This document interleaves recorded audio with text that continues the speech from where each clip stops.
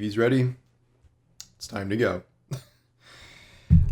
Welcome to another episode of I Talk About How Shady Osiris is being. This was kind of a reader request. People were asking me where my Osiris video was this week, and I guess I didn't realize I was supposed to be doing weekly Osiris updates, but I think I can because there's usually enough to go on.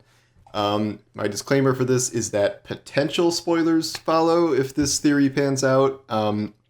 Again, I am not digging into data mine things or leaks or anything, but at this point, it seems pretty clear that something is going on with Osiris. I'm not going to recap the whole thing, but the theory here is that Osiris either died or was imprisoned back when Sagira supposedly died on the moon or the Ascendant Realm or wherever they were, and he was replaced by Savathun and has been Savathun this entire time. Now that is kind of really coming up in big ways as he keeps acting increasingly shady, and that leads us to the events of this week, which was kind of concentrated on a very specific scene I think most people saw and was not necessarily buried in like a lore page or something, although the two scenes were connected. Osiris did have some new things to say during the Corrupted Expunge mission, but it was kind of just generic, like, we should be wary of Kuria advice, like, imagine what we could learn from the Vex, that kind of thing. Like, that's not too unusual for either Osiris or fake Osiris, so it's not that big of a deal. What was the most notable scene is an interaction that we see him have with Saint, where, in the Elixir Quarter, it was in the Helm. And it's another one of these kind of weird things where we're just sort of like standing there in silence during what is very clearly supposed to be like a quiet moment between two characters, but we're just sort of operating as the camera. That's kind of a whole other topic about storytelling I could go into, but it is what it is for now. In this, Saint tells Osiris about how he has been approached by Lakshmi about potentially taking over as Titan Vanguard, replacing Zavala. We got a past lore entry where Lakshmi was talking about this with the other faction leaders, with Hideo from New Monarchy and Alak Jaral, I can't pronounce that, from Dead Orbit, who actually did not want to be any part of that, where she was talking about how she was thinking about Saladin, but Saladin's too loyal to Zavala, and then she was going to turn to Saint because he was like a hero and kind of this big anti-Fallen figure in the city, given his past brutal murder of lots of Fallen. And so the idea was to approach him. And then in the lore page this week, that is actually her approaching him and kind of suggesting the idea to him about taking over. And he relays this conversation to Osiris, who is actually identified as his partner in the lore this week, which is cool to see.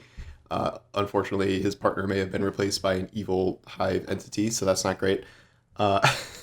But he tells Osiris that Lakshmi approached him and like he's kind of wondering what he should do, and like he doesn't love the sound of this. Evie squeaking things. Evie's gotten her monkeys out of her monkey banana, so that is another big development that we're covering live on stream here.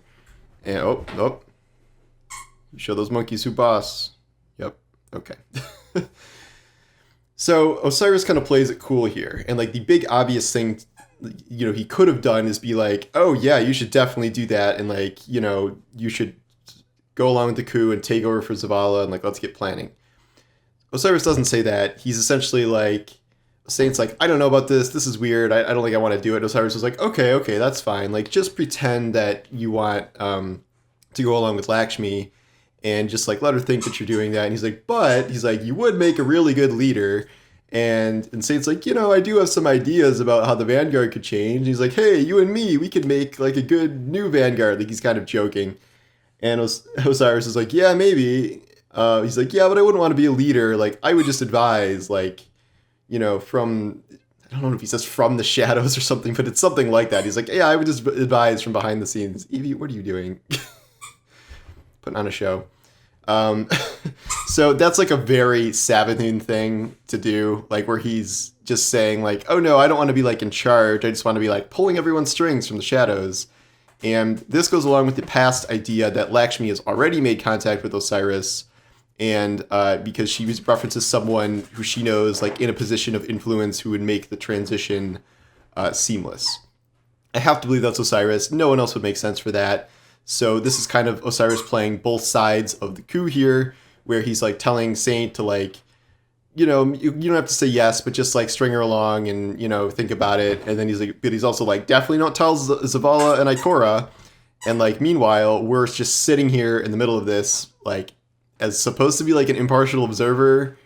It's very weird because like, obviously we as the Guardian should recognize that something shady is going on here.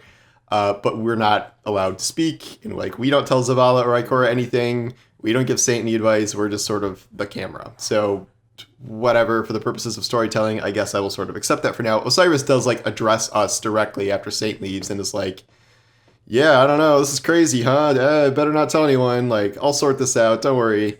So at this point, I think we're getting to the point where it would be kind of absurd if Osiris wasn't Savathun. I just don't believe like a normal version of Osiris would be acting this shady and like have this much to, and be this manipulative. Like, I'm not going to go through all the past evidence. You can watch the past videos I made on this about all the other things that he's done to kind of be manipulating things behind the shadows. I don't really know what the goal is here. Like, I think Savathun would view Zavala and Ikora as her two biggest enemies because they are the leaders of the last city and two of the most powerful guardians.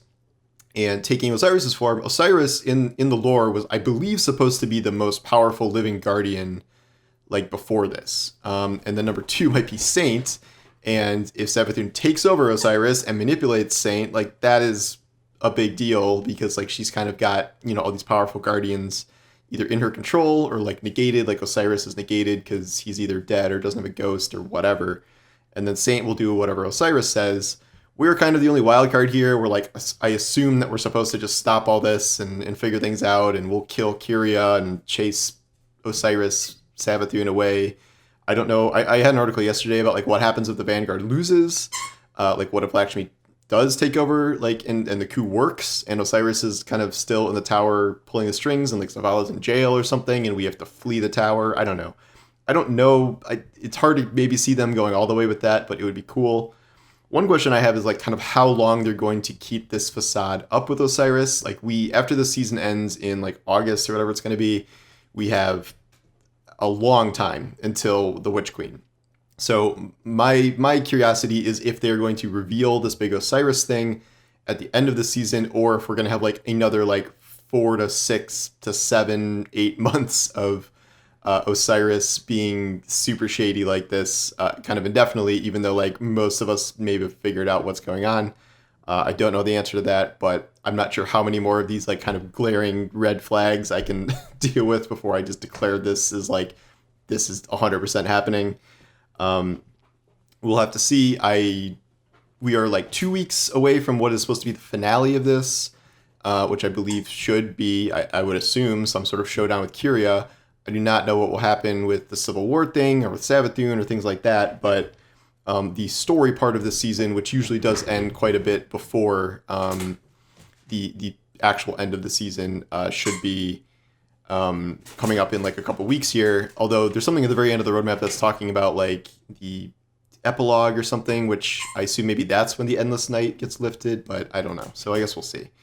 So that's kind of all I got for this week in Osiris. There's probably going to be something every week to talk about with this, given how shady he is all the time now. One bonus fun fact about Osiris that someone pointed out to me on Twitter. I forget who it is. Sorry. That they noted that the artifact for Season of the Hunt, which would technically be the first season that Osiris has been replaced, is a Fang of Zebu Arath. And Osiris says he like his followers had it or something, and then he's giving it to us as the artifact. Like, pretty weird that Osiris's followers would just randomly have a fang of a hive god, essentially. So that's a little suspicious.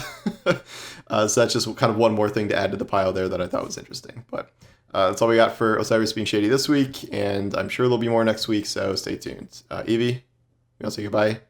You have been quite the character during this video. You know that? Okay, well, I gotta record a Forbes video now, and I cannot have squeaking in that one, so we'll see how it goes. Alright, I'll see you guys later, and thanks for watching.